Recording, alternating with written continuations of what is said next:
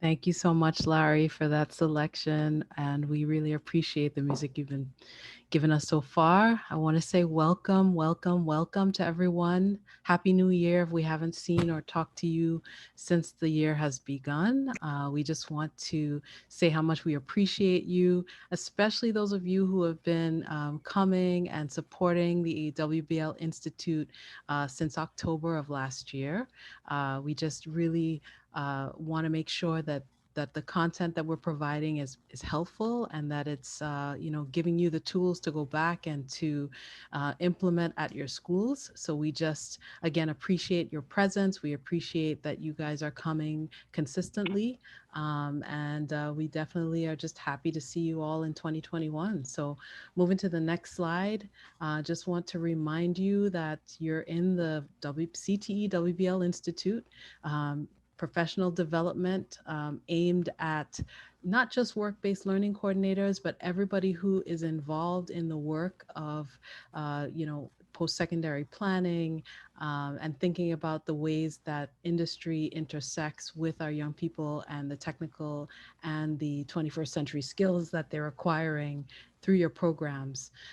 If you're here, it means that you got to the calendar. So congratulations, you were able to register.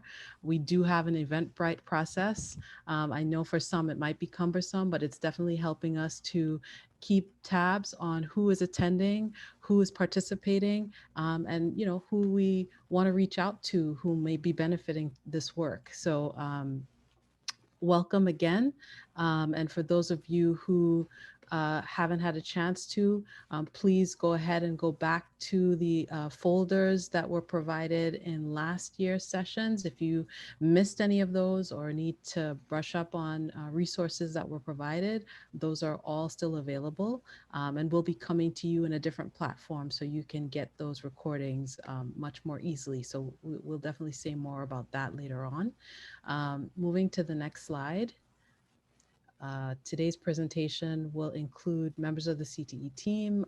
As usual, myself, Takia Weeks, and Larry Fleming Williams will be here at the beginning and the end, bookending any presentations of the Institute.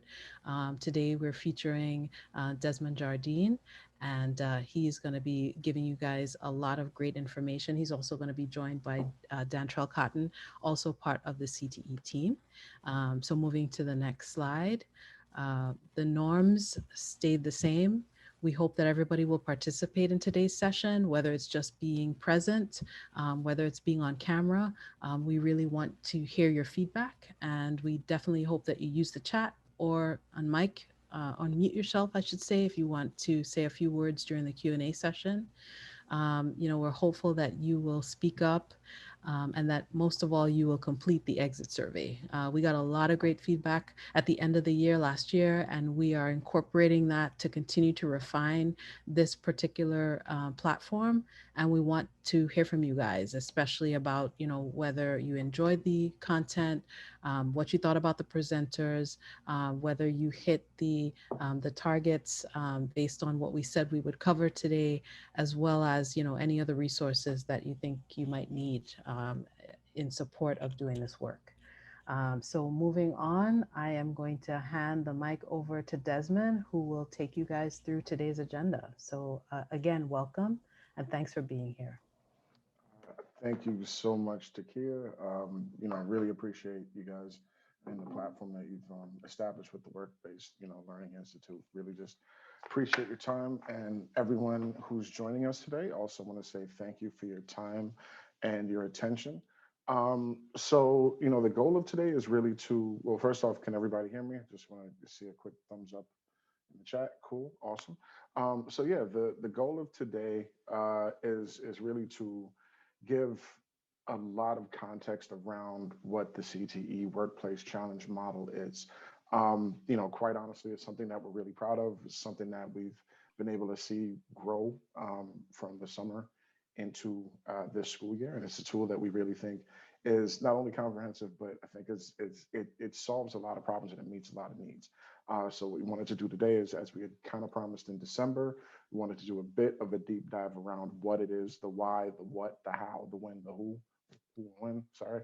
And then give an opportunity, if we can, to kind of break out into small sector-based groups so that, you know, folk can get a bit more of a drill down experience from peers who actually did this over the summer and can give a bit, you know, some clues, some pro tips in terms of what this can look like moving forward.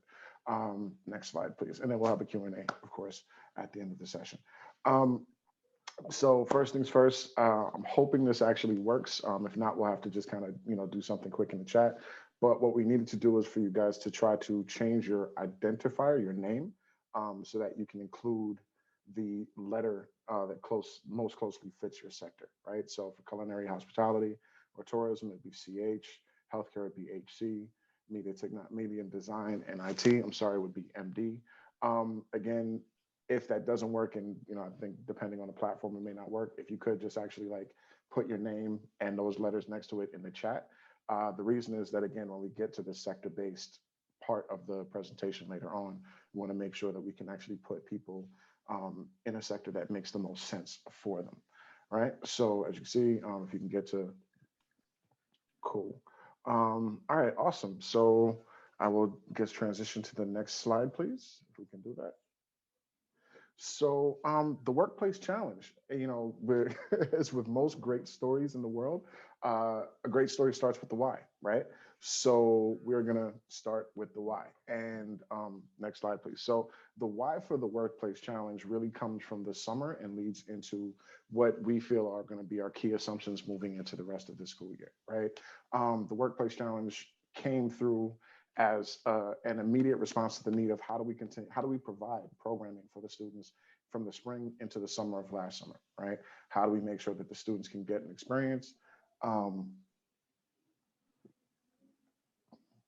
okay, so how do we guarantee that students can get the experience? How do we guarantee that, especially for the trades and the other sectors that are not always, that have generally been dependent on face-to-face on-site internships, how do we still protect the possibility and the, you know, just allow for those students to have something. Again, for us, one of the major whys is that we have to assume that we're going to stay in this pandemic footing through at least the summer of 2021, right? In a perfect world, sorry to say it like that, but in a perfect world with the whole, you know, vaccine rollout, et cetera, in a perfect scenario, everyone would have an opportunity to be vaccinated by summer 2021. As we know, things are already slowed down. So we have to assume that, you know, quite honestly, we're going to stay in the remote setting, if not for the schools, at least for the internship and like other work-based learning components moving through into the school year, into the summer. Another major assumption that we're working with is that, you know, quite honestly, knowing before the COVID pandemic decimated state and city budgets, we were already facing budget cuts, right? And now we know that those budget cuts are not only going to be real, they're probably going to be sustained. And that's also taking into light the Perkins 5 restrictions in terms of program eligibility. One of the great things about what we feel this model is that we're giving to you guys today is that this is something that you can also manage in-house, so that you can, again, continue to get students critical work-based learning experience, critical hours connected to work-based learning. And it's a system that as we're developing more expertise on it, you know, another key assumption, we want to be able to give you something that you can use that's pretty much turnkey, that we have a good understanding of, and we can make sure that we can help you with not just the day-to-day small operations, but also the nuances within this. Which I think, you know, is just, it only makes everything better if everyone can understand the tool and the services that we're providing in this, right? And, you know, again, all of those things were true for the summer, and we strongly believe that they're going to carry us through to the next summer. Next slide, please. So the other part of the why, quite simply, is because, you know, the great part is because it worked, right? We got really significant feedback over the summer in terms of, you know, student participation, but also what students and employers got out of this process. You know, as you can see from the stat, a significant number of students, 90+%, felt that they were challenged and it helped them improve in something that they want to do in the future. 93% indicated that, you know, they felt that they have a better understanding of the work that they want to approach, right? Like, so this is not just like, hey, I'm good at what I'm doing. Now I kind of understand the world of that I want to enter a bit better, right? 94% saw the connection between school and career. So again, we're not only showing students things, but we're this format has allowed students to drill into things and see themselves in the process and connect on a more, I think a more profound intellectual and almost psychic level in terms of, I can do this, I see myself here, and I like it. But beyond that, what we also see is that employers are really seeing the benefits of this process, right? 94%, 84% seeing that the students' contributions were valuable or very valuable. And quite honestly, for me, the favorite stat is the last one, right? Almost 80% see this as a talent pipeline. Um, that speaks to what the employers are able to see of the students' contributions through this process. And we're going to go into a little bit more about how the students kind of manifest in this space. Next slide, please. So speaking of the workplace challenge, now we get to, we gave you the why. Now we give you the what. What is the challenge? Next slide, please. Um, the great thing about the challenge is that it is primarily an educational tool, right? It's driven by student engagement, and it's built around ensuring that, the students are engaged through a mutual team building exercise, which not only forces them to actually work on team management, but it also really gives students, I think, a ground level understanding of how teamwork manifests to actually produce things in a workspace, right? And it actually requires them to have a feedback loop, which also ensures student participation. It's pretty genius. The next part of it is that students have to practice executive functioning throughout this entire workplace challenge. From the team, well, we'll get into the specifics of how it looks, but again, the beautiful thing is that students are not really able to circumvent having to think, having to problem solve, having to engage real world issues and solutions. And it's really a masterstroke.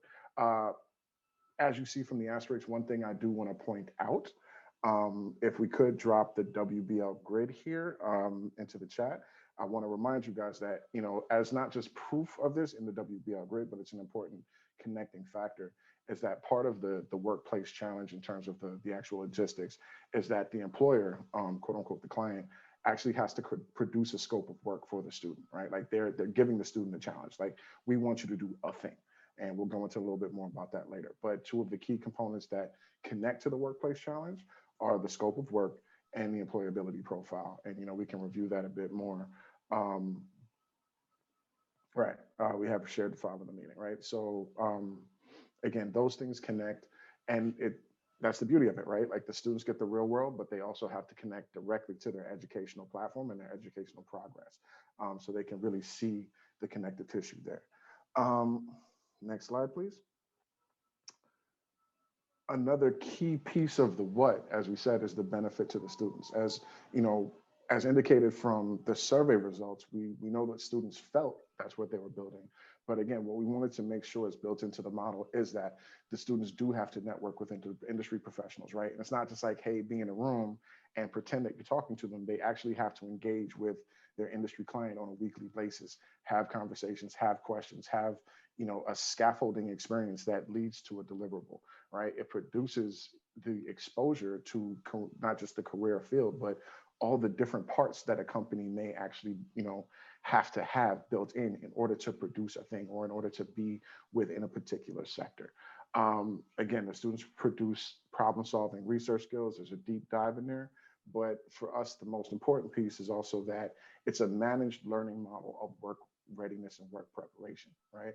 For me, when I was talking earlier about the difference between a remote internship and a workplace challenge, and again, a remote internship, certain work-based learning skills are expected of the student and necessary for success, but they're not explicitly taught.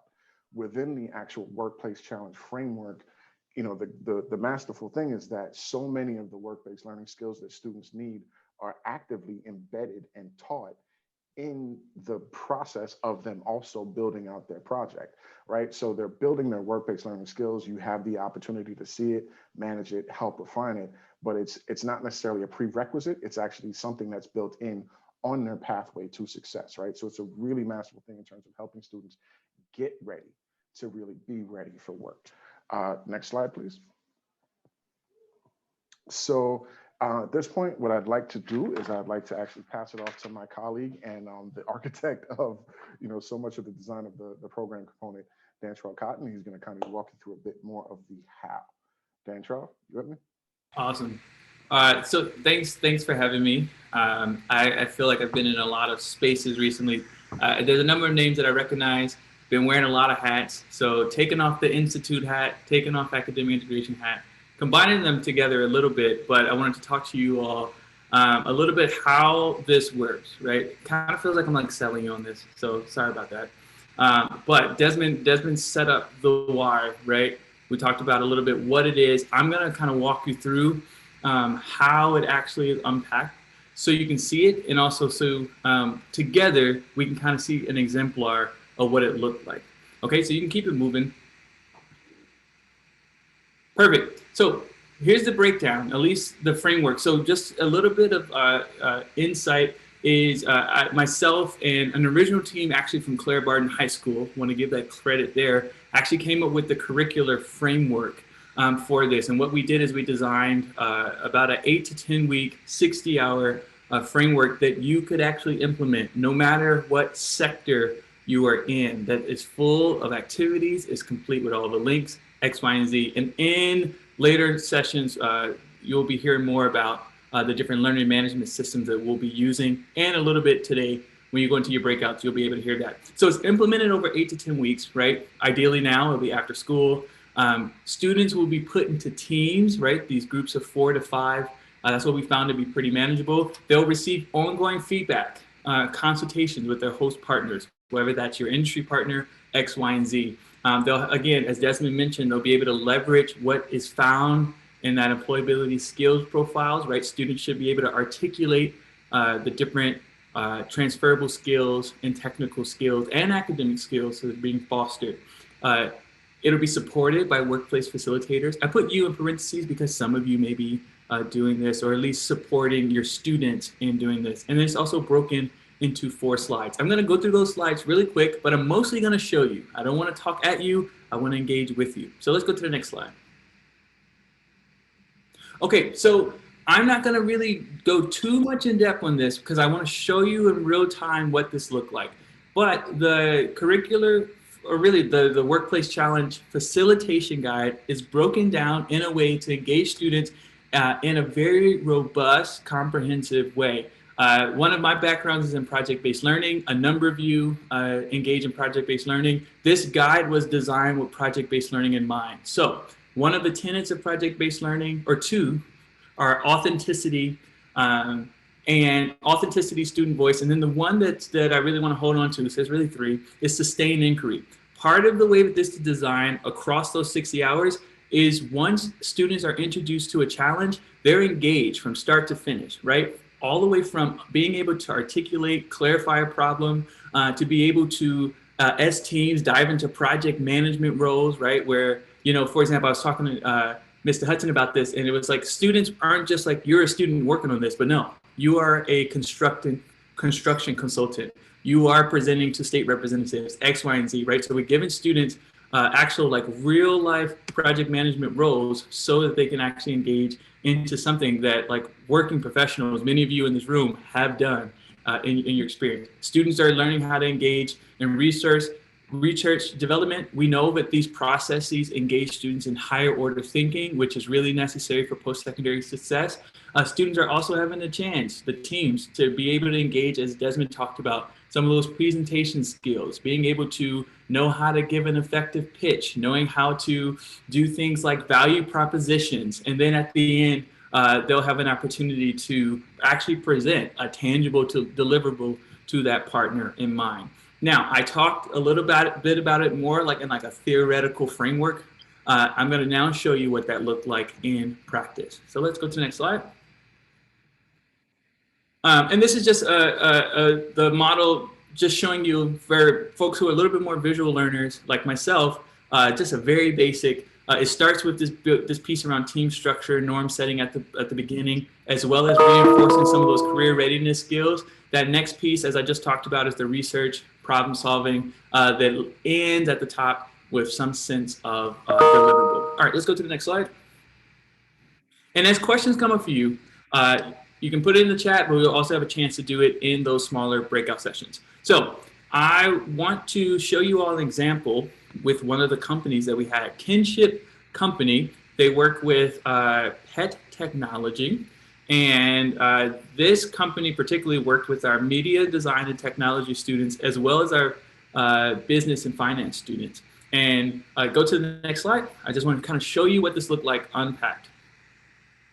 So this is what I was saying before. So this is the description that the students were given in their teams, right? You're part of the team. Just read it on the screen, right? These were media consultants, and they were asked to produce some type of advertising plan for how to introduce the Gen Z market to a particular subsidiary company they work with, which is Whistle and Wisdom. Part of the workplace challenge, again, is we make it as realistic as possible for students to engage in high quality work-based learning experience. So here, students already knew the moment they got into a team, I'm no longer just 10th grader Sally or whatever, is you're a media consultant. So you're now switching that hat on, and the level of professionalism definitely increased. And also, it was authentic enough because these young folks definitely understand advertising and media in a way that I'm still learning from them. Let's go to the next slide. Got it. So what I wanted to show you here is, so now that you all have seen this example, right, of what the students were doing, in that first week, right, some folks are like, pet technology, I don't even know what we're doing.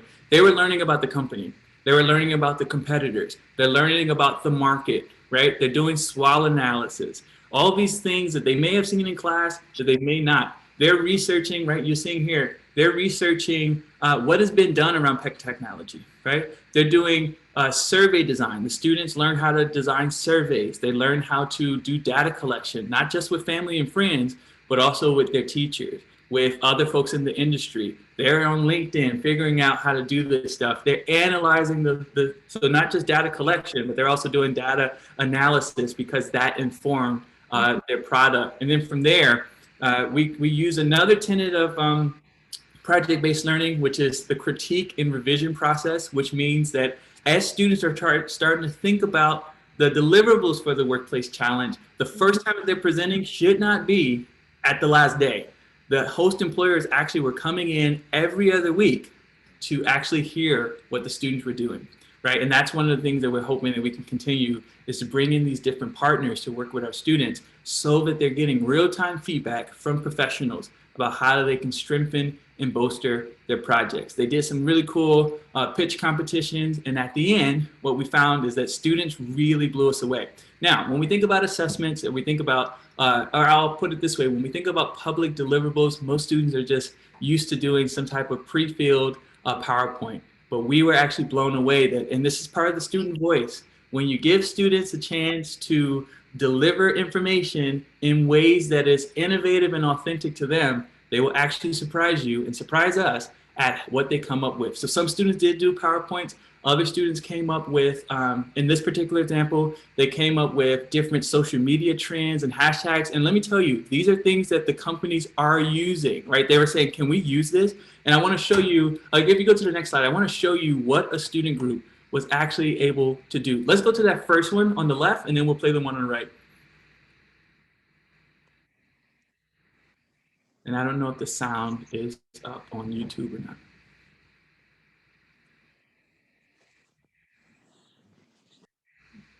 Okay. Yeah, the sound isn't coming through on my end, but let's see. Maybe, yeah, folks can't hear it. I don't know if the sound is playing on the share settings or not. If anything, let's put the closed caption on, and you'll have access to this presentation anyway. So, and I can talk that through. Yeah. Yeah, click share sound. Yeah, I don't know if you have the sound on once you were sharing the screen, but let's not go through the technical difficulty of that. But I'm thinking that that's probably what's up. You can pause that. Let's exit out of that one. I'll talk this one through really quick. Yeah, I see folks are in the chat kind of talking it through. That's super fine. You're going to get the presentation, so you'll see it. What this group did is, remember, I said this particular cluster was from students. And as I talk it through, if whoever's running the PowerPoint, if you want to try to share your screen again with the sound on, it'll at least hopefully be ready for the second one. What this student group did is they're media students, and someone said, hey, I know how to make videos. They actually made this commercial for this pet technology company. And this is a commercial that their pet technology is actually using to actually market their product. Let's see if this second one works. Let's give it a try. Oh, there we go.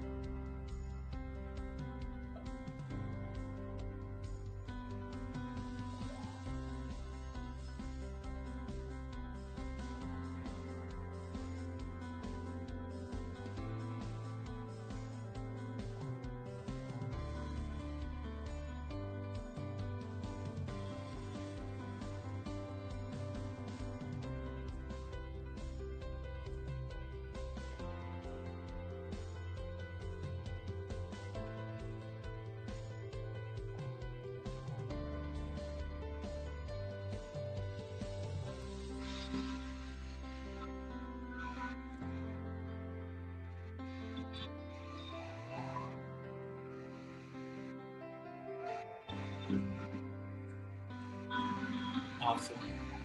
Yeah, and really quick, just so I know the other one is like 26 seconds. Let's see if that one works, because it has some audio, and I would like for folks to hear this. If you were watching this advertisement, you are most likely human. There's also a good chance you're taking a DNA test to trace your background. You might have found out that you're 23% South African, 17% Western European, maybe even 7% British. But what about your pets? And I'm sorry, but your Bull Terrier probably isn't from Italy. If you do want to figure out information about your dog's breed, genetics, and ancestry, you can use Wisdom Panel, the world's leading dog DNA service. Awesome. So as you saw, right, Des and I get excited all the time, right?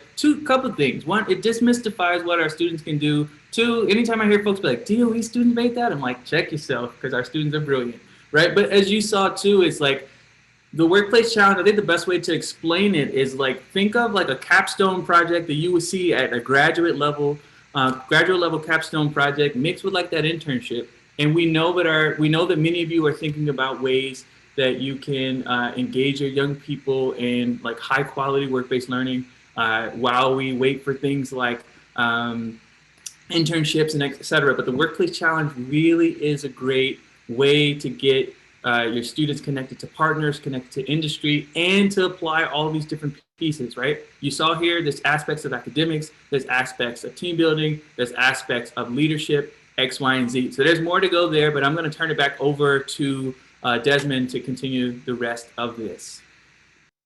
Brother Dantrell, thank you so much. I appreciate you. I always love watching those student presentations. As Dantrell said, those were students that I worked with, and I was like so pleasantly surprised when I saw, as you said, the level of professionalism that the students just met in producing this work. It was all unique work. I mean, they found, they did their thing. They really manifested some high level, high quality professional commercials. And I think, just another piece in terms of, I see something here in the chat questioning the amount of work for the employers. And that's part of the next piece, right? Is the who. The who in this is really you. And the beautiful thing about the way that, we understand, next slide, please. We understand that, work-based learning coordinators, CTE teachers, CTE instructors are the backbone of so much of WBL, right? And we also know that in this process, you are the backbone of the workplace challenge. We did do our best to make this process as turnkey as possible. Again, when you see the guide, so much of everything is literally embedded in there, hyperlinked, like it's a really masterful document and tool. But beyond that, you can go to the next slide, please. The key thing about the way that we're asking you to help, craft this experience is that, as we said, it's not meant to be, let's say 60, 80 hours, 8 weeks, or whatever the case is, of straight, you over the students, watching them do everything. It's not a micromanagement situation. There is a significant amount of work that can be done asynchronously, synchronously. Like there's a lot that can be done in program design to facilitate how you already have, education and work with the students scheduled out. But it is also dependent on, your understanding of the students and your understanding, much like I gave this example before, thinking about the bonsai tree, right? You know, the master curator is not the person who forces the bonsai in any particular direction, but just, you know, kind of clips the edges and helps the bonsai find the shape it was always meant to have, right? That being said, you know, the students will fill the space, but it's also understanding that there are certain logistical pieces, management pieces, in terms of creating the setting conditions for their success.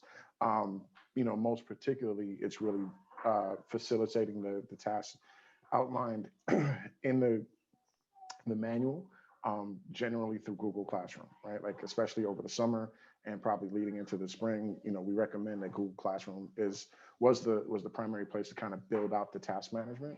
One, because you know with student DOE email permissions, it was the easiest, consistent place to go. But then also, as Google Classroom is something that you know so many teachers are familiar with, it was an easy platform for us to kind of build out the system in terms of again what we're asking of you. You know, so much of this is kind of management around the edges and just making sure that students meet certain milestones within the process. For example, knowing that they do have a weekly check-in with the employer, right? So even thinking about the difference between a remote internship and a workplace challenge. In a remote internship, again, the relationship between the employer and the student is primarily between them. They have to set their schedule. They have to really figure out the communication styles, et cetera, et cetera. In this place, you know, everything like literally goes through a Zoom kind of like appointment through you, but you know, that's your piece. You set it up, kind of make sure, you know, this you keep the parameters of the interaction moving towards the student finding the answers they need to find. But really, you don't have to massage the situation beyond that, right? It's really managing certain protocols, ensuring that they have their weekly check-ins, ensuring that the students continue to move appropriately through the space. We are looking into adopting separate learning management system, but that's something that we're going to keep offline for a bit, just because again, we want to make sure that we can really focus on delving deep into the project work and understanding the guide work, and we don't want to kind of fold in having to learn new systems at this particular juncture. Um, Yes, in terms of the students, I see a question in the chat, and I'll continue to, but just to quickly answer that, can students meet with an employer virtually without a teacher DOE, you know, employee present?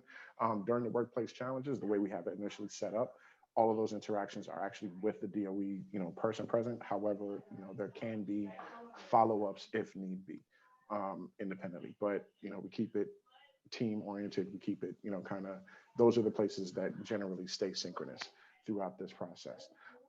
Another key piece is that one of the things we noticed over the summer that we also want to make sure is really safe is that, you know, the learning matters most and connects most when there's a caring adult who's at least part of it. And again, you represent the caring adult who's setting up the parameters for the students, even if you don't have to be involved in every piece of it, right? But again, you know the students, so if there are any other things, you know, kind of happening, and this is just a larger sort of environmental check, you're the person who can better read a student to see if there are things going off the rails or if things have changed for them or if for any reason they're having difficulty. Next slide, please. The when. So this is, yeah, we can just go to the next slide. So the when on this one is pretty soon. We've been able to kind of plan out for the start of school-based workplace challenges. Again, we wanted to make sure this tool was one that if you have SIF funding and you want, and you know you have the time and you want to kind of build this out with your contacts, with your current community partners, that's something that can be done from starting March 15th. We will be providing more guidelines, just more support and some more planning around continued support throughout that process, right? Like just to kind of tell you what we're already conceiving is we'll probably have a separate office hours hosted, by myself at least once a week moving through, right? Just to have a place where folks can kind of drop in, talk, figure things out, game plan, and move forward. In terms of CTE ISP, we're looking for an April 15th start. Again, the first cohort is primarily going to be automotive transportation, construction, culinary, and healthcare. Right. So again, we wanted to just kind of bring that information to the fore because we also know that the workplace challenges, remote internships, is a model that we're more than likely going to be investing in moving through definitely into the summer. And the great thing about it is that even when we can fully reintegrate into schools. This is a model that you can literally just print out and keep going from the classroom, right? From a school-based scenario. This is not something we have to abandon once we're like out of the virtual space. So that's, really key and important thing for us. Next slide, please. So what we wanted to do now is we wanted to actually kind of break out into our smaller rooms. Not really sure if we're set for that yet, but da-da-da. So one of the questions that came up, we do have a Q&A later, but yes, for example, if you have a relationship with CCAP, they can serve as a supervisor. Actually, in the the pantheon of information that we give you guys at the end of this, we also have an external facilitators guide, like a shortened version of our guide built into that. Okay. So what we wanted to do now is we wanted Hey, to break. Desmond? Yes, sir. Sorry, real quick, if you can just reiterate to everyone to kind of put their Absolutely, I industry got with you. their, yeah. Right. So what we're going to do, again, we had asked folk to do this earlier. I know some folk have, some folk have not. If you could, please, in the chat, this is what we needed so we can break you out into the sector rooms, and we're going to take a little 3-minute pause while this happens. I'm sorry, If, not in the chat, Desmond. no, If they can rename themselves, they can rename. put their industry next to their name. Okay, right. So again, if you could, as Larry stated, please rename yourself with your industry.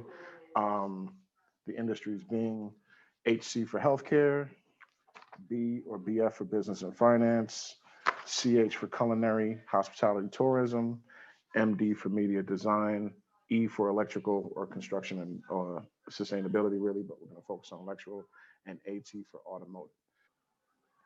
And wanted to just welcome everyone back from your small groups.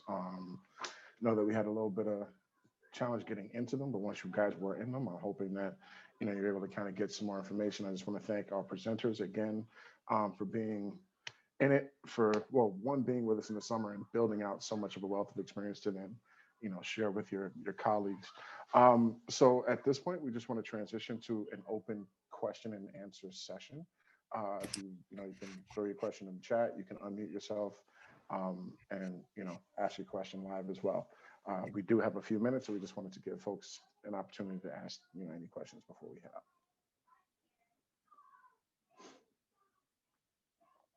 Is there a link for your resource information or contact information or something with information on it? Yeah, so the final slide is going to have my actual email, but I'll put it in the chat as well. Also, after this, basically, we have a full folder, Google folder with all the documents, the guide, and everything else in it that the WBL Institute will be sharing. Awesome. That's answers. Yes. Cool. That'll put a lot of rest in my sleep. Thank you. Awesome. Any other materials available digitally? Yes, everything is available in the Google folder. Everything is also pretty much designed to go, just embed directly into Google Classroom. And, also designed to just be printed when we are back in the physical space. Any other questions? Yeah, I have a quick question. I'm sorry. I just want to make sure I'm clear because I'm kind of new to the workplace challenges. So basically, our seniors that we put into the CTS for the ISP, it's my understanding, and this is just in simple terms, that workplace challenges basically are for students that we cannot find remote sites for. Would that be a fair assumption? So, hey Karen, just can I ask a clarifying question? Are you saying for ISP or for CIF? That's a good question. Actually for both. I mean, I'm thinking of the sites that we have, and none of them that I am aware of, none of them can do remote, but the sites that I have that can't do remote, maybe they could be the ones to monitor and be involved in the workplace challenge. But maybe I'm speaking to, what's the word I'm looking for? But the goal is first to do a remote internship, right? And then if I had to, I could fall back on a workplace challenge. No, you can do a workplace challenge for all your students if you want. I actually, think that especially in the remote space, it's better for students probably to do workplace challenges unless you have a student that is, on top of it, on board and engaging, because it's hard in this remote space to engage as adults. So, we're asking our students to do it as well. So, you know, I don't think it's like, if you can't get a remote internship, do a workplace challenge. Like if you have a employer who is interested and available to do a workplace challenge, then you can fund that for your students.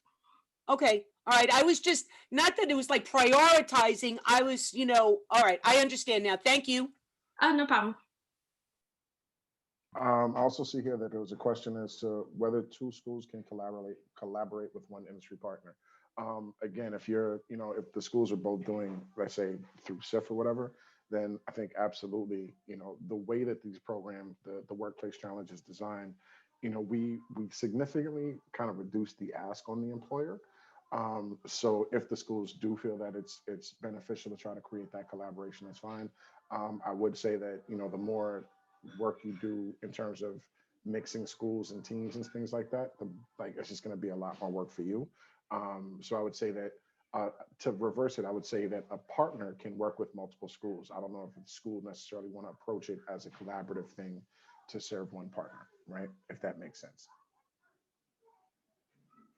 Yeah, I wanted to jump in too. I saw some questions that people had around partners X, Y, and Z. So Amari was in our group and was really helpful, and I'm really happy that I see a lot of program quality managers here, right? So given that all of your programs should have industry partners or even post-secondary partners associated with your programs, that's a good place to start. So the recommendation Amari gave in our group is if you need help kind of figuring out who those partners may be, check in with your program quality manager so that they can help you think through. Sorry, that's what I'm saying. Yeah, program approval quality manager, so they can help you think through how you can best leverage who's already assigned to your program.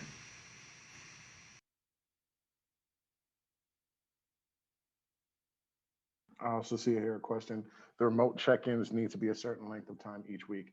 I think they don't necessarily have to be a certain time. I would recommend 30 to 45 minutes, um, probably no more than an hour, because again, the students do need, time to kind of participate in the consultancy protocol, right? Like the calls do have a purpose. They do sort of like have an outline each contact that they have with the client. So you want to allow for those check-ins to be that space. However, as your school kind of digs into it, again, please understand that you have to build out your scheduling based around your school needs, your program needs, and your student needs. So in terms of what sort of synchronous time versus asynchronous time you create, we're not going to necessarily be hyper prescriptive on that, but I would say 30 to 45 minutes is a good starting place.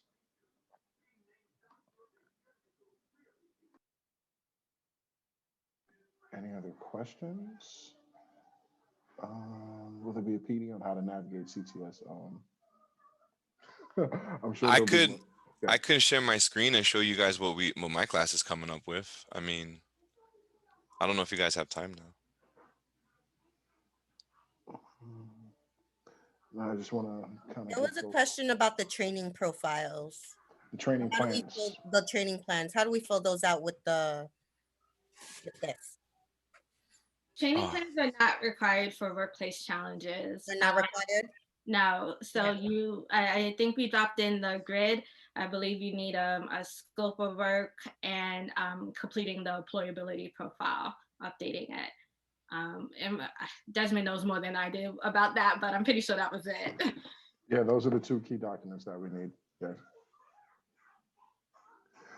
So in terms of what is the scope of work, I think the scope of work can be very simple, but like I think to Dantro's point, we had it earlier in the slide. It's really the company kind of stating for the student what their kind of initial problem statement is, right? The scope of work, can generally, I think in some formats has been as simple as an email, just saying like what we require from, what we would like is this, or what we think our challenge is this, and what we would like to see is that. Um, again, it can be pretty simple. It's just to kind of give the student a starting place for the project based off of the client's need.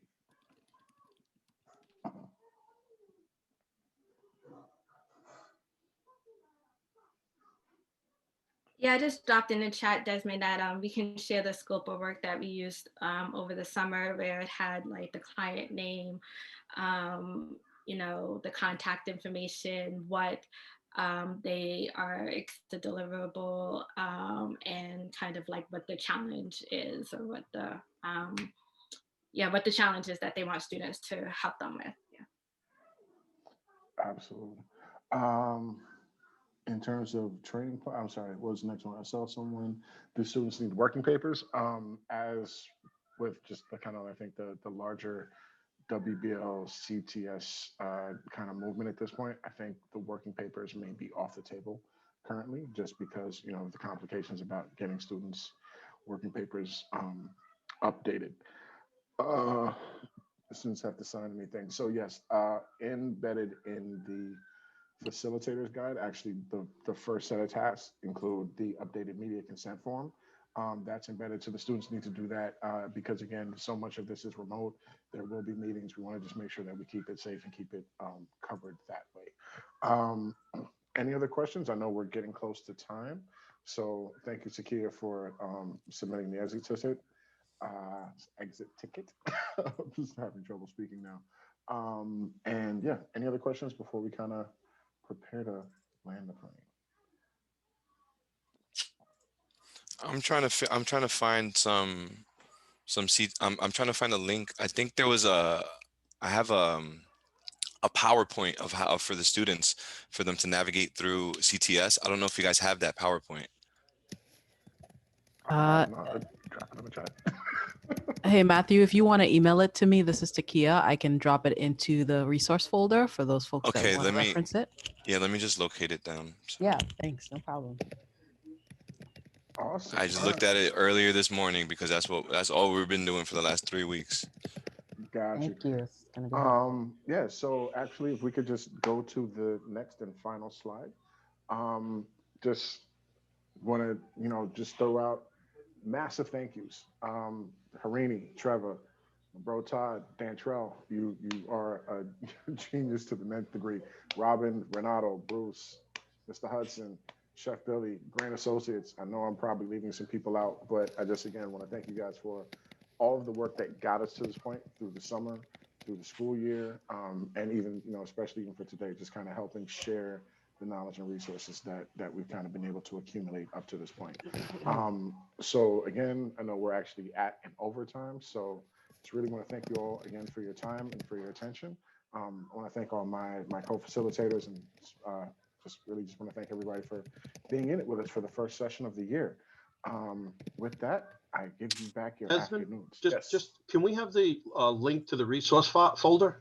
Yes, thank you for yes. asking for that. We it's going to be provided in the next slide, but also for everyone who registered, there will be an email going out that has the slides, the recording, and the resources. So you'll get that, assuming that you registered. There are a few people who came in through the back door, which is folks getting forwarded the link for today. So, you know, we really need your information so we can send you those resources. So please, please, please do not bypass the registration process in the future. It does not allow us to count you in terms of the NICET information we have to report, and it actually leaves you off of the list to get the resources. So just want to put a plug in for that as well, and I'll hand it over to Larry.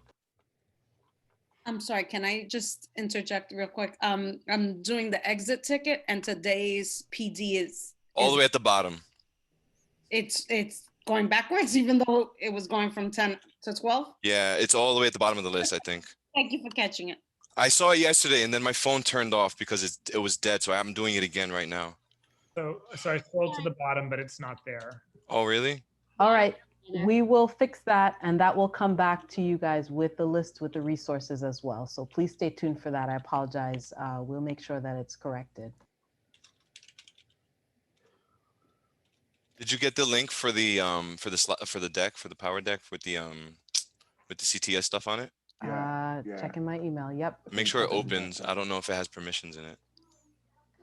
Larry, you want to close us out? Sure. Thanks, Takia. So as Takia and Desmond mentioned, please make sure to check back on the link for the Institute Exit Survey.